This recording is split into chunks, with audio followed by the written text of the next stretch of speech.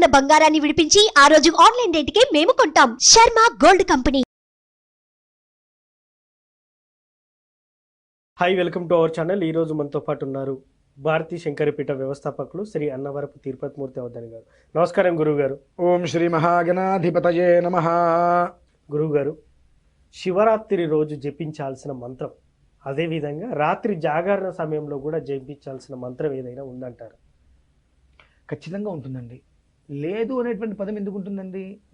ఉంటుంది. కాకపోతే దాన్ని మనం చేయగలమా, అవి చిన్నదే కదా, దీనివలన ఫలితం ఉంటుందా అనే ఆలోచన ఉంటాయి మనకు. అవును, అంటే ఖచ్చితంగా సార్. ఇప్పుడు మనం మంత్రం ఎందుకు చదువుతాం? ఒక కోరిక ఉంటే దాన్ని నెరవేర్చుకోవడం చదువుతాం. అందుకని నెరవేరవు. అంటే యాదృచ్ఛికంగా చదవాలి, కోరిక పెట్టుకొని చదవాలి. ఆ మంత్రాన్ని నువ్వు జపం చేయడం నీ లక్ష్యంగా పెట్టుకో. జపం చేయటమే నీ లక్ష్యంగా పెట్టుకుంటే నీ లక్ష్యాన్ని ఆ మంత్రం నెరవేరుస్తుంది. కానీ నాకు ఆ లక్ష్యం ఉంది కాబట్టి నేను జపం చేస్తా అంటే ఉపయోగం లేదు. అందుకనే అండి, ఎన్ని రకాల అనుష్ఠానాలు జపాలు చేసినప్పటికీ కూడా నేను ఇంత చేస్తూ ఉంటానంటే ఎందుకు ఫలించమంటే నీ కోరిక ఇక్కడ ఉంది కాబట్టి ఆ కోరిక డామినేట్ చేస్తుంది. జపాన్ని ఇంత చేస్తే తొందరగా అవుతుందని చెప్పి జపం చేయటమే లక్ష్యంగా పెట్టుకో, నీ లక్ష్యాన్ని అది నెరవేరుస్తుంది. చాలా మంది చెప్తుంటారు కోరికలు తీరాలంటే ఈ మంత్రం జపించాల్సిందని. ఇప్పుడు కోరికలు తీరాలంటే ఈ మంత్రం జపించాలంటూ ఉంటే 100 మంది 100 రకాలుగా చెప్పినప్పటికీ కూడా ఏ ఒక్కళ్ళ కోరికలు తీరట్లేదు కదా. అవును, అందుకనే ఇంకా చెప్తూనే ఉన్నాం కదా, కోరికలు తీరితే ఎవరు చెప్పరు కదా. అవును, కోరిక తీరాలి అంటే ఆ ఒక మంత్రాన్ని లక్ష్యంగా పెట్టుకో, నీ లక్ష్యాన్ని ఆ మంత్రం తీసుకుంటుంది. సో ఫైనల్గా సార్, శివరాత్రి రోజు ఎటువంటి సంకల్పంతో మనం మంత్ర జపం చేయాలి, ఏ మంత్రం చదవాలి? పరమేశ్వరముద్దిశ్య పరమేశ్వర ప్రీత్యర్థం నా గోత్రం నా నామం ఇవన్నీ ఆయనకి తెలీదా? పరమేశ్వరముద్దిశ్య పరమేశ్వర ప్రీత్యర్థం శంకర మంత్రం లేదా పంచాక్షరి మహామంత్రం. అంటే పంచాక్షరి ఓం నమ శివాయ కదండి, అందులో ఏముంది అంటారు. రుద్రం అనేటువంటిది ఏదైతే ఉందో రుద్రానికి మూలం పంచాక్షరి అండి.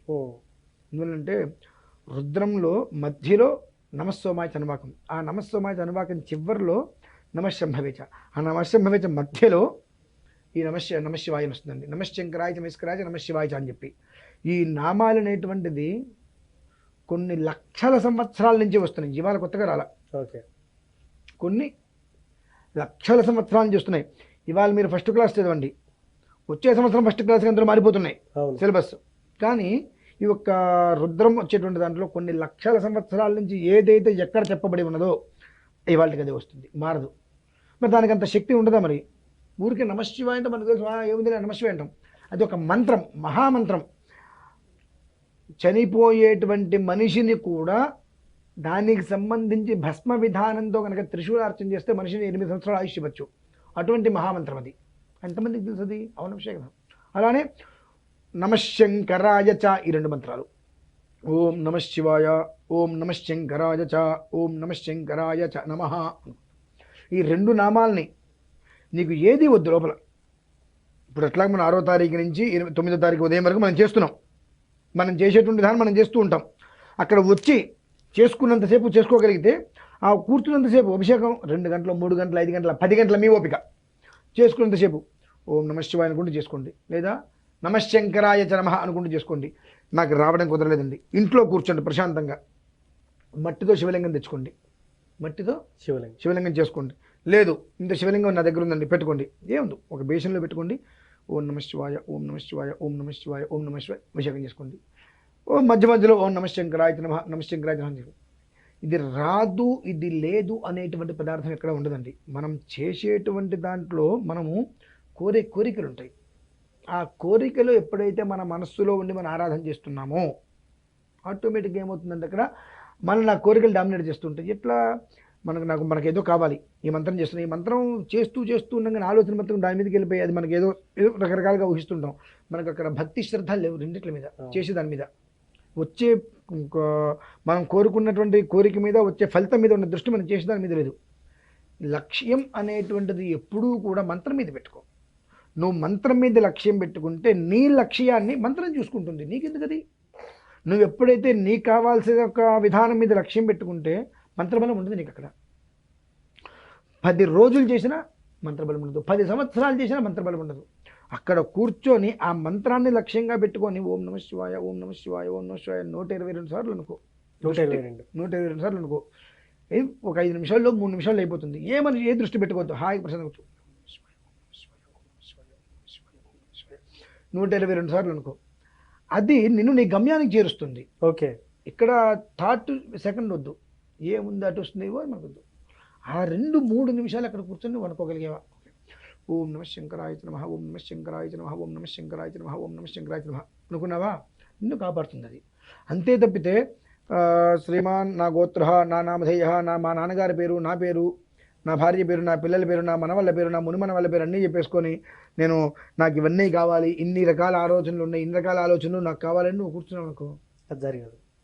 పొరపాటు కూడా అంటే నీ గోత్రం పేరు మీద నీకున్నటువంటి దృష్టి, నీకున్నటువంటి కష్టాల మీద నీకున్నటువంటి దృష్టి, నీకు రావాల్సిన సుఖాల మీద నీకున్నటువంటి దృష్టి 10 నిమిషాలు సంకల్పం చెప్పావు, 2 నిమిషాల్లో జపం ముగించావు. అవును. ఇక్కడ న్యాయం అండి ఇది. బ్యాలెన్స్ ఇక్కడ ఉందంట. అసలు న్యాయం ఎక్కడ ఉంది దీనికి? అది కరెక్ట్ కాదండి. ఇప్పుడు కూడా నువ్వు కోరుకో, ఏమని కోరుకుంటావు? అసలు కోరుకోవద్దని చెప్పడం.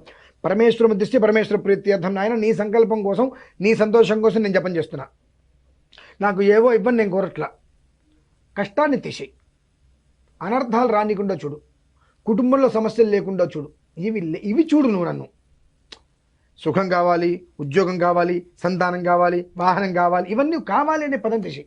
ఓకే. కష్టం లేకుండా చూడు, నష్టం రాకుండా చూడు, కుటుంబంలో ఇబ్బందులు లేకుండా చూడు, సంతాన విషయంలో సమస్య లేకుండా చూడు, ఇటువంటివి లేకుండా చూడు నాకు అన్ని కోరికలు నువ్వు జపం చేయి.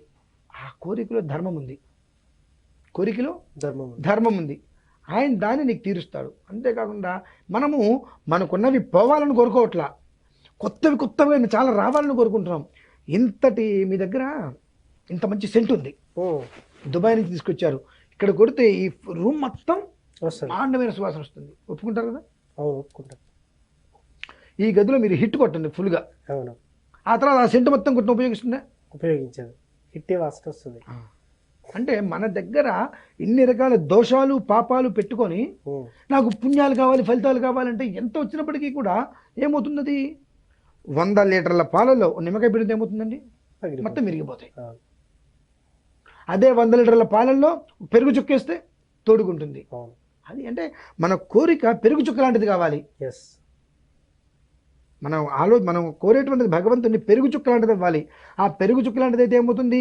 ఆ 100 లీటర్ల పాలల్లో పోస్తే ఇంకొక 400 మందికి మజ్జిగ చేసి పంచచ్చు మనం. అంతేగాని నిమ్మకాయలాగా ఉంటే అన్ని పాలలో నిమ్మకాయ పిండేసాం, మొత్తం విరిగిపోయినాయి, ఎవరికి పనికి రాకుండా పోయినవి. కొంతమంది అంటారు దాన్ని మేము ఇది కూడా చేసుకుంటాం కదండి, కళాకంద చేసుకుంటాం, లేదంటే కనుక అదేదో చేస్తారు దాంతో, జున్నా సార్ కాదండి, పన్నీరు చేసుకుంటామని అంటారు. ఎట్లా మాట్లాడితే మనం ఏం చేయలేమండి, అలా మాట్లాడితే మనం ఏమీ చేయలేము. అంటే పన్నీర్ తయారు చేయడం కోసం పాలు విరక్కొట్టడానికి, పుణ్యాన్ని తెచ్చుకోవడం కోసం అని చెప్పి పాలను విరక్కొట్టి, అంటే పాలు విరిగించి తెచ్చుకోవడానికి తేడా లేదు. మీరు పొయ్యి మీద పెట్టారు, పాలు విరిగిపోయినాయి ఆటోమేటిక్గా, అది మీరు వాడతారా? పారపోస్తారు.